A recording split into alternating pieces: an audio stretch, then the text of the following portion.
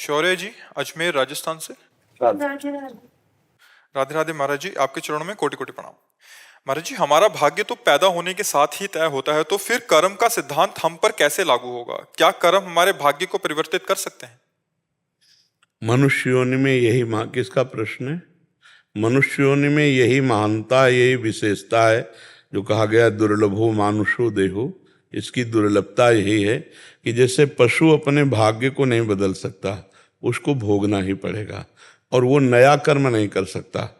केवल एक योनि है मनुष्य योनि। 84 लाख योनियों में 83,99,999 योनियां वो नई कर्म करके अपने भाग्य को नहीं बदल सकती, लेकिन मनुष्य योनि में नए कर्म करके भाग्य बदलने के विधान रखा गया है। इसलिए कहा बड़े भाग मानुष तन पावा, सुर दुर्लभ सद ग्रंथन गावा, साधन धाम मोक्ष कर द्वारा, पाए न जे परलोक संभारा।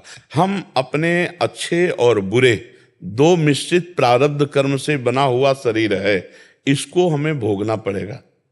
जैसे लिखा है कि आपको 15 वर्ष की आयु में ऐसा होगा, 20 वर्ष की आयु में ये होगा, 30 वर्ष की आयु वो होगा।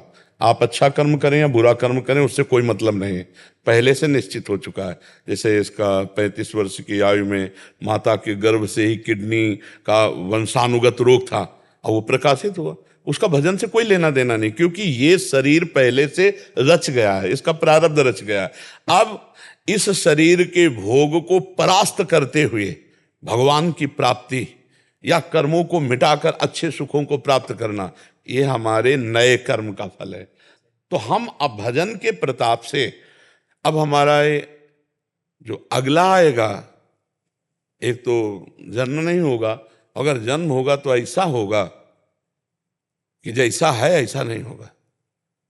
अब शरीर ऐसा होगा कि दिव्य होगा और भगवान के नाम गुण लीला का प्रचार प्रसार करने वाला होगा, अगर होगा, नहीं तो फिर नहीं होगा भगवान के धाम। क्योंकि नई खेती बहुत बढ़िया है, बचपन से और अभी तक जो बोया गया है उसकी फसल बहुत जोर की है। ये पुरानी फसल आके सड़ियल हमको गिराना चाहती थी तो हमें गिरा नहीं पाई, क्योंकि 18 वर्ष हो गए, सब कष्ट है, लेकिन हमारी दिनचर्या चल रही है, हमारा भजन चल रहा है, हमारा साधन चल रहा है। तो अगर हम केवल प्रारब्ध भोगते तो सड़ते होते ना।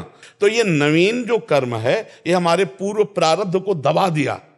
आया था प्रारब्ध मुझे नष्ट करने और नवीन कर्म ने उसको दबा दिया, और दोनों साथ ही चल रहे हैं। घुटने टेके दबा हुआ वो चल रहा है, कभी वो हमको दबाना चाहता है, कभी हम उसको दबाना चाहते हो। हमारी यात्रा पहुंच रही है। जैसे कबड्डी के खेल वाले में विपक्ष दबा देला तो कबड्डी कबड्डी कबड्डी और पाली तक पहुंचना है, तो पाली तक राधा राधा राधा राधा राधा और आखिरी पाली राधा, पहुंच गए श्री जी के पास। तो हमारा नया कर्म अगर जोरदार का है तो हमारे पुराने कर्म को दबा देगा, नष्ट नहीं कर सकता। पुराने कर्म को दबा करके और हमें आगे बढ़ा देगा, भगवत प्राप्ति के मार्ग में बढ़ा देगा, या सफलता के जिस मार्ग के आप पथिक हैं, सफलता मिलेगी तो भगवान के नाम से, भगवान के आश्रय से मिलेगी। और मनुष्य जन्म में हमें यही बहुत बड़ी उपलब्धि है कि हम जो चाहें बन सकते हैं। हम भूत बन सकते हैं, हम नाली के कीड़ा बन सकते हैं, हम भगवान का भजन करके देवता भगवत स्वरूप बन सकते हैं, जो चाहो बन सकते हो। छूट है, पर गलत आचरण करके तो अच्छा नहीं बना जा सकता। अच्छे आचरण, अच्छा खाना पीना, अच्छा आचरण, दूसरों को सुख प्रदान करना और भगवान का नाम जप करना, फिर इससे उन्नति हो सकती है। आप समझ पाए बच्चा?